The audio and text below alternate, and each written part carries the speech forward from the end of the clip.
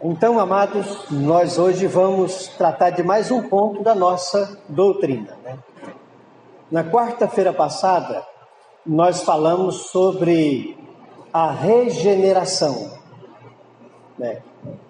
E vimos que a regeneração, ela é uma experiência que não depende de nós. É uma obra exclusivamente de Deus. Às vezes a gente entende mal, quando fala assim, fulano está se regenerando, está deixando alguns vícios, mudando de comportamento. A gente às vezes refere-se à regeneração nesse ponto, mas não é assim no caso da Bíblia. Quando fala de regeneração, é a questão do novo nascimento, nascer de novo, ser gerado de novo. E essa é uma obra exclusivamente de Deus. Nós somos passivos nesse momento da regeneração. Hoje nós vamos falar um pouco sobre a conversão. E a conversão também, às vezes, é mal compreendida, entre muitos de nós. Às vezes a ideia de converter é de sair de uma religião e ir para outra. Converteu do catolicismo para o protestantismo. Isso é muito comum, converter, passar de uma religião para outra. Então, também não é esse o caso que a Bíblia trata aqui, né? Nós vamos mostrar que religião, a conversão, é muito mais do que uma mudança de religião, né? E a conversão, ela é um resultado da regeneração. A regeneração, ela conduz à conversão. Ela é um resultado. Lembra de João capítulo 3, quando Jesus fala sobre o novo nascimento com Nicodemos? Ele ali explica, Nicodemos vai ter com ele durante a noite. Nicodemos era um homem conhecedor da lei, era mestre em Israel, estava entre os homens mais sábios e mais cultos da sua época. Ele era membro do Sinédrio, Nicodemos, mas ele percebeu que Jesus trazia uma mensagem diferente e especial, por isso que ele resolve ir ter com Jesus. E quando ele chega a Jesus, ele procura acerca da vida eterna, de herdar a vida eterna, de ser salvo. Então Jesus fala para ele, Nicodemos, é preciso nascer de novo, é preciso começar tudo de novo, nascer da estaca zero. Então Nicodemos então responde com uma outra pergunta, mas como pode um homem sendo velho nascer de novo? Jesus mostra para ele que não está falando da questão física, mas espiritual. Nascer do espírito, não da carne. Então, esse novo nascimento, ele vai desembocar, então, na conversão. Então, a gente pode pensar que na regeneração, não envolve a sua vontade, você é passivo. Mas na conversão, não, a sua vontade implica. Você participa ativamente. A ideia de converter é exatamente de mudar de vida. Você nasceu, é uma nova criatura, né? Segundo Coríntios 5,17, as coisas antigas passaram, tudo se fez novo, você agora está andando numa nova vida, conforme Romanos capítulo 6, versículo 4, andando em novidade de vida. Também citamos na quarta-feira passada o texto de Efésios capítulo 2, quando ele fala assim, outrora nós éramos filhos da desobediência, mas com o novo nascimento, agora nós não andamos mais como outrora, como filhos da desobediência. Nosso propósito agora é obedecer o Senhor, é honrá-lo. Então isso é a conversão, uma mudança de comportamento, mudança de atitude. Então a Bíblia vai falar um pouco sobre isso. Um exemplo que a gente pode trazer à memória também, dessa mudança de comportamento, após a regeneração, até citamos também, na quarta passada, foi de Zaqueu, lembra? Zaqueu, Ele queria por todo jeito ver Jesus, até que Jesus manda ele descer da árvore, vai para a casa dele, lá ele come com ele e muitos outros. De repente, no meio da refeição, Zaqueu fica de pé e o que ele diz? Lembram? Resolvo devolver aos pobres ou às pessoas que haviam roubado, corrigir os erros dele, mudar de atitude, mudar de comportamento. Isso é a conversão, o resultado da regeneração, do novo nascimento dele. Por isso que quando você encontra alguém e fala, eu converti, nasci de novo, sou uma nova criatura, mas continua vivendo os velhos hábitos, na prática dos mesmos pecados de outrora, então não é uma conversão real, sincera, verdadeira. É um engodo quem diz isso, que se converteu, mas continua com aqueles mesmos pecados de antes, aquele mesmo estilo de vida de outrora. Não era o caso de Zaqueu. Outro exemplo também que a gente pode trazer à memória é o apóstolo Paulo. Antes de Paulo ser convertido na estrada de Damasco, os irmãos lembram para onde ele estava indo e o que ele ia fazer? Ele ia para a cidade de Damasco e ele estava perseguindo a igreja, né? Ele estava perseguindo a igreja, ele ia prender cristãos e trazê-los para serem castigados. Paulo estava indo fazer isso. De repente ele é convertido na estrada. E aí, aquele lance interessante, quando ele fala assim, mas quem és tu, Senhor? Aí Jesus fala assim, eu sou Jesus, a quem tu persegues. Mas Paulo estava perseguindo a Cristo? Não, na visão dele, Saulo até então, estava perseguindo os cristãos, a igreja de Cristo. Mas quem persegue a igreja, persegue a Cristo. Por isso que Jesus fala assim, eu sou Jesus a quem tu persegues. Se você faz um dano para a igreja, você está fazendo um dano para Cristo. É importante as pessoas pensarem nisso. Da mesma forma, quando você serve a igreja, você está servindo a Cristo. Essa consciência é importante. Então Paulo, ele estava indo e foi convertido. E uma passagem bíblica que descreve a conversão do apóstolo Paulo, podemos até abrir a Bíblia para você ver. É Filipenses capítulo 3. Veja como ele diz, a partir do verso 3, ele fala assim, acautelai-vos dos cães, acautelai-vos dos maus obreiros, acautelai-vos da falsa circuncisão, porque nós é que somos da circuncisão, nós que adoramos a Deus no Espírito e nos gloriamos em Cristo Jesus e não confiamos na carne, bem que eu, dizendo Paulo, poderia confiar também na carne. Se qualquer outro pensa que pode confiar na carne, eu, Paulo, ainda mais, circuncidado no 8º dia, da linhagem de Israel, da tribo de Benjamim, hebreu de hebreus, quanto à lei fariseu, quanto ao zelo perseguidor da igreja, quanto à justiça que há na lei irrepreensível, mas, agora veja o verso 7, mas o que era lucro para mim, isto considerei perda por causa de Cristo. Sim, deveras considero tudo como perda, por causa da sublimidade do conhecimento de Cristo Jesus, meu Senhor, por amor do qual perdi todas as coisas e as considero como refúgio para ganhar a Cristo e ser achado nele, não tendo justiça própria, que procede de lei, senão a que é mediante a fé em Cristo, a justiça que procede de Deus, baseada na fé. Então, Paulo aqui ele mostra que a sua vida mudou. Isso é conversão. Ele se converteu a Cristo. Agora, o que para ele era lucro, agora ele considerava perda, por amor a Cristo. Para ele a coisa mais sublime agora era conhecer Jesus. Essa, irmãos, é uma reação de quem nasceu de novo. Aquele desejo ardente de conhecer Jesus, conhecer mais a sua palavra, poder saber mais acerca dele.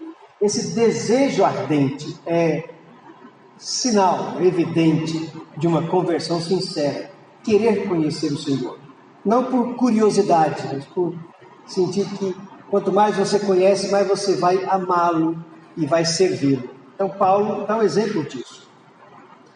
Uma outra passagem também que é interessante, Mateus capítulo 6, do Sermão do Monte, versos 33, Jesus falando: buscai, pois, em primeiro lugar o seu reino e a sua justiça. Isso só acontece depois da conversão. A pessoa convertida, ela sim vai se preocupar primeiro com o reino de Deus e com a sua justiça. Quem não é convertido pode até ser membro de igreja, irmãos. Pode até ser oficial, quem sabe até um pastor, mas que é apenas um membro, é apenas um líder, mas que não é uma pessoa convertida. Isso existe no nosso meio. Pessoas que às vezes têm uma vida toda na igreja, mas que não se converteram. Infelizmente, são pessoas que gostam de estar à frente, gostam de participar, se sentem bem na comunidade. São pessoas que se adaptam no meio, faz uma amizade com todo mundo, e ali não quer sair daquele meio. Ele se envolve com a igreja, mas como se fosse uma sociedade, talvez, qualquer clube da ABB, clube assim, clube social, se envolve com aquilo. E a igreja para ele é só um clube. Não nasceu de novo, não se converteu, porque a regeneração leva à conversão, e a conversão é mudança de comportamento, mudança de atitude. Antes, o que prevalecia era a minha vontade, é o que eu queria, o que eu desejava. Isso é que era importante. Realizar os meus desejos, satisfazer as minhas vontades. Agora, uma vez convertido, não. O reino de Deus é prioridade na minha vida. E deve ser assim por todo cristão. Buscar o reino de Deus em primeiro lugar. Quando isso não acontece, é porque de fato não houve conversão, ou a pessoa está se deixando levar de novo pelos rudimentos do mundo. Está se afastando de Cristo, voltando de novo às trevas. Quando você deixa você ocupar o primeiro lugar na sua vida. O reino de Deus deve ser prioridade. A questão da conversão, gente, também, ela tem um aspecto interessante. Existe aquela conversão que você sai daquele caminho errado e volta para Cristo. Mas existe esse ato, podemos dizer assim, um ato único, mas também aquele aspecto contínuo. O povo de Deus é chamado à conversão, mesmo já sendo povo de Deus. Um exemplo de um texto bastante conhecido nosso é 2 Crônicas 7,14. Vocês lembram daquela passagem? Se humilhar, orar, me buscar e se converter dos seus maus caminhos. 2 Crônicas 7,14. É um texto que a gente sempre lê na igreja, na liturgia. Mas veja como diz: se o meu povo, já era povo dele, se o meu povo se arrepender, se converter dos seus maus caminhos.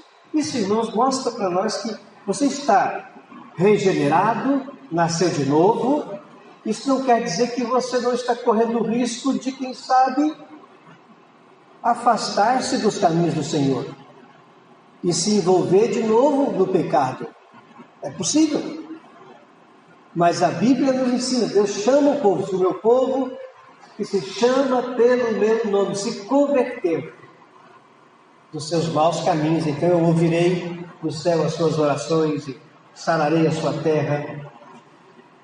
Também, essa mesma referência você pode ver em 1 Reis. Vamos abrir a Bíblia nesse texto. Primeiro livro dos Reis, capítulo 8. Primeiro livro dos Reis, capítulo 8, do verso 46 ao 50. Primeiro Reis, capítulo 8, verso 46 ao 50.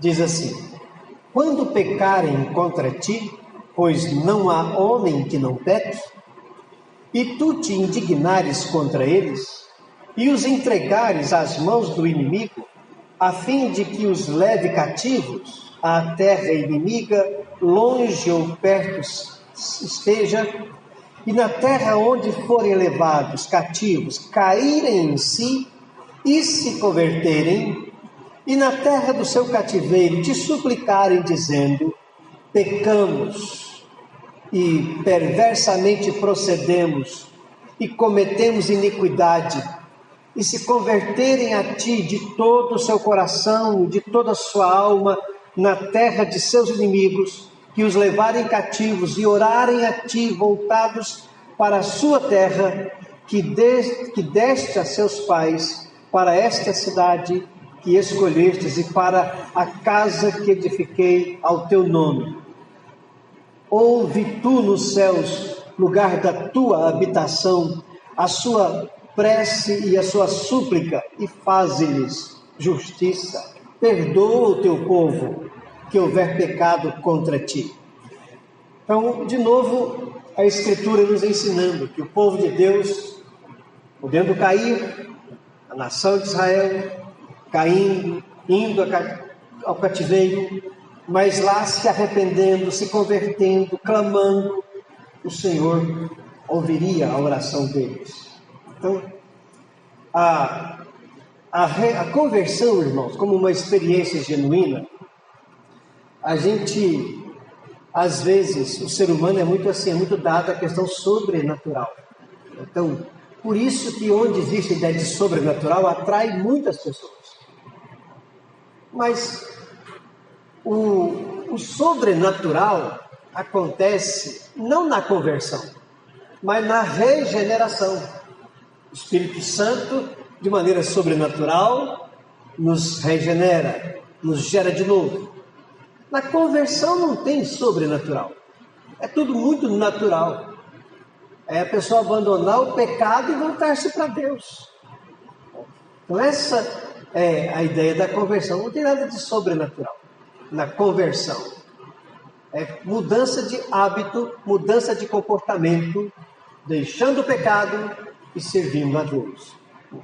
Como Paulo fala em Romanos 6, antes os nossos membros serviam ao pecado, agora devemos servir a Deus, glorificar a Deus com o nosso corpo, com os nossos membros. Há dois elementos, irmãos, na pergunta que a gente fez lá no grupo da igreja, de dois elementos. Teve uma irmã que respondeu certo, que envolve a conversão. É arrependimento e fé. Esses dois aspectos são interessantes a gente observar acerca da conversão. O arrependimento verdadeiro. A gente fala arrependimento verdadeiro porque às vezes você fala que está arrependido, chora, lamenta, reconhece o seu erro, mas não muda. Então não houve um arrependimento verdadeiro aí. E às vezes as pessoas confundem arrependimento com remorso. Aquela tristeza que a pessoa tem pelo ato que cometeu, mas ele não reconhece. A Bíblia ilustra isso muito bem em duas pessoas: Pedro, o apóstolo, e Judas Iscariotes. Judas traiu Jesus, Pedro negou Jesus. Mas vocês conseguem lembrar da diferença da atitude deles? Pedro chorou amargamente, mas não abandonou o grupo. Estava lá com os apóstolos. Tanto é que quando foi anunciada a ressurreição, ele foi um dos primeiros a correr no túmulo para verificar. Então ele errou, ele chorou amargamente, se arrependeu, não abandonou o grupo, continuou lá com eles. E continuou servindo o Senhor, ao ponto de dar a própria vida, morrer martirizado por amor ao Evangelho. E Judas Iscariote, o que foi que ele fez? Ele se entristeceu pelo que tinha feito. Pegou as moedas, jogou no templo, devolveu e tal. Mas ele foi e se matou, suicidou. Então, isso não é arrependimento, foi um remorso que ele teve, mas não foi o verdadeiro arrependimento, que a gente vê evidenciado bem na pessoa do apóstolo Pedro. Então, o arrependimento, inclusive a ideia da palavra original é essa, é mudança de mente, é você mudar a sua maneira de pensar e, consequentemente, quando você muda a sua maneira de pensar, você vai mudar a sua maneira de agir. Questão de coerência. Então, é isso a ideia. Arrependimento verdadeiro não é só um sentimento de tristeza. A gente sente a tristeza pelo que fez de errado, mas a gente dispõe a mudar de atitude, mudar de comportamento. Esse arrependimento que a Bíblia nos ensina. João Batista, lembra que ele pregava assim, nas mensagens deles? Não João o apóstolo, João Batista, profeta. Arrependei-vos e convertei-vos, raça de víboras, arrependei-vos, chamando o povo ao arrependimento. Quando Jesus começa a pregar o Evangelho também, chamando o povo ao arrependimento. Arrependei-vos, porque é chegado o reino dos céus, chamando o povo ao arrependimento. O texto que a gente leu no começo, Atos 3, lembra que Pedro fala no seu primeiro sermão, os judeus perguntam, e agora o que faremos? Arrependei-vos. Arrependimento é um elemento genuíno da conversão. E outro elemento que a gente pode destacar é a questão da fé. A fé é um elemento da conversão. Agora, é interessante a gente observar na Bíblia, quando fala acerca da fé, a gente pode caracterizar a fé com alguns aspectos. Por exemplo, existem aqueles que têm uma fé temporal. Isso fica bem ilustrado na parábola do semeador. Lembra aí? Ele saiu a semear, uma semente caiu à beira do caminho, as aves comeram, outra caiu sobre um terreno pedregoso, logo nasceu, logo cresceu e logo morreu. Então, essa é a ideia de uma fé passageira. A pessoa ouve, crê, de repente aquilo passa. Isso acontece muito na igreja. As pessoas até às vezes chegam na igreja com aquela empolgação, aquele entusiasmo de querer até mudar as coisas na igreja, mas na verdade é uma fé passageira, uma fé temporal. Outro tipo de fé, Tiago fala sobre isso. Tiago, irmão do Senhor, na sua epístola, ele fala da fé sem obras, uma fé morta, aquela fé que crê, mas que não produz obras, é uma fé morta. E essa fé morta não tem sentido nenhum. A fé verdadeira, ela produz obras, ela é manifestada nas obras. Então a fé que não produz obras é uma fé morta. Outra passagem também interessante que expressa uma fé das pessoas é uma fé, alguns chamam de fé para milagres, né? E você pode lembrar disso na cura dos 10 leprosos. Jesus estava caminhando, quando 10 leprosos clamam a ele pela cura. E o que ele diz aos 10 leprosos? Ele fala assim: vão, mostrem ao sacerdote, se apresenta ao sacerdote, porque era o praxe na época. Alguém estava leproso, percebeu que foi curado, vai até o sacerdote, ele verifica a cura, ele daria um atestado de cura, e a pessoa então voltava à vida social normal. Então os 10 leprosos clamam de longe. Jesus disse a eles: vão e mostrem ao sacerdote. E eles estavam indo, diz o texto, que indo eles ficaram curados. E nesse momento um deles volta para agradecer o Senhor. Mas não foi só o que voltou que ficou curado. Os 10 ficaram curados. E foram lá pegar o seu atestado e voltaram à vida normal. Mas não diz que eles foram salvos, todos os 10. O texto só fala de um que voltou agradecendo ao Senhor, e o Senhor diz: a tua fé te salvou. Então, além da cura física, ele recebe também a cura espiritual, a salvação. A fé dele é uma fé salvadora. E aqueles outros só creram, foram curados, tiveram fé, foram curados. É interessante observar isso, porque as pessoas às vezes vão em algumas igrejas, recebem algumas curas, às vezes de uma doença psicossomática ou coisa assim, né? Ou recebem uma cura mesmo, mas não serve a Cristo, não serve a Deus, não se converteram, não nasceram de novo. Isso é comum. E não é só nas igrejas evangélicas que você vê esse tal de cura. Pessoas que estavam doentes foram e ficaram curadas. Você vê isso no catolicismo romano, através dos santos, segundo eles, operam milagres. E eu nunca fui, mas pessoas que já foram me disseram que tanto ali em Trindade, perto de Goiânia, quanto na Aparecida do Norte, tem uma sala cheia de coisas que as pessoas deixaram lá porque ficaram curadas. Foram, ficaram curadas e deixaram lá. Cadeira de roda, muleta, essas coisas. E o Espiritismo também faz cura. Ninguém pode negar que muitos que estavam doentes foram curados por médium. Cura espiritualista, como João de Deus agora, foi o último, né? Que estava em cena, e foi está preso.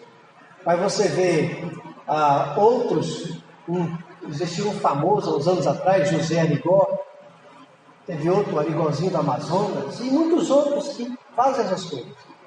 Agora, a fé para essa cura. Tiveram fé e foram curados, mas não é uma fé salvadora, não é a fé cristã. Então, o que caracteriza a conversão é uma fé salvadora, é uma fé genuína. O que caracteriza uma fé genuína? A fé salvadora, irmãos, ela não é meramente intelectual, onde a pessoa sabe tudo sobre a Bíblia, sabe tudo sobre Jesus, conhece toda a história da igreja, mas apenas na mente. O seu comportamento é mau, é pecaminoso, suas atitudes são más, seu sentimento é egoísta, é pecaminoso. Então é uma fé que está só no intelecto, só na cabeça. Tem muita gente assim. Ou então, às vezes aquela fé que também está na cabeça e até muda o sentimento da pessoa. É a pessoa que tem bons sentimentos, mas não muda o seu comportamento. Então a fé verdadeira, ela tem que atingir esses 3 aspectos no ser humano, para ser de fato uma fé salvadora, ser de fato uma fé genuína, uma fé verdadeira. Ela tem que mudar a sua mente, sua maneira de pensar, ela tem que mudar os seus sentimentos e tem que mudar as suas atitudes, suas ações. Se não for assim, não é uma fé bíblica, não é uma fé genuína, não é uma fé verdadeira. Ela tem que mudar sua maneira de pensar, sua maneira de sentir e a sua maneira de agir. Isso é uma fé realmente que caracteriza uma conversão verdadeira. Então, esses são 2 pontos interessantes dentro desse aspecto. Então, assim, irmãos, de maneira superficial e meio rápida, é a ideia da conversão. A regeneração, nós vimos, é uma obra de Deus. O Espírito Santo regenera a pessoa. E o regenerado vai manifestar a conversão. É importante deixar isso claro, porque há muita confusão às vezes. A pessoa pensa que converter primeiro e regenerar depois. Primeiro você converte, depois você vai... A ideia dele é essa, converte, aí vai mudar de comportamento, então vai regenerar. Mas não é isso que a Bíblia ensina.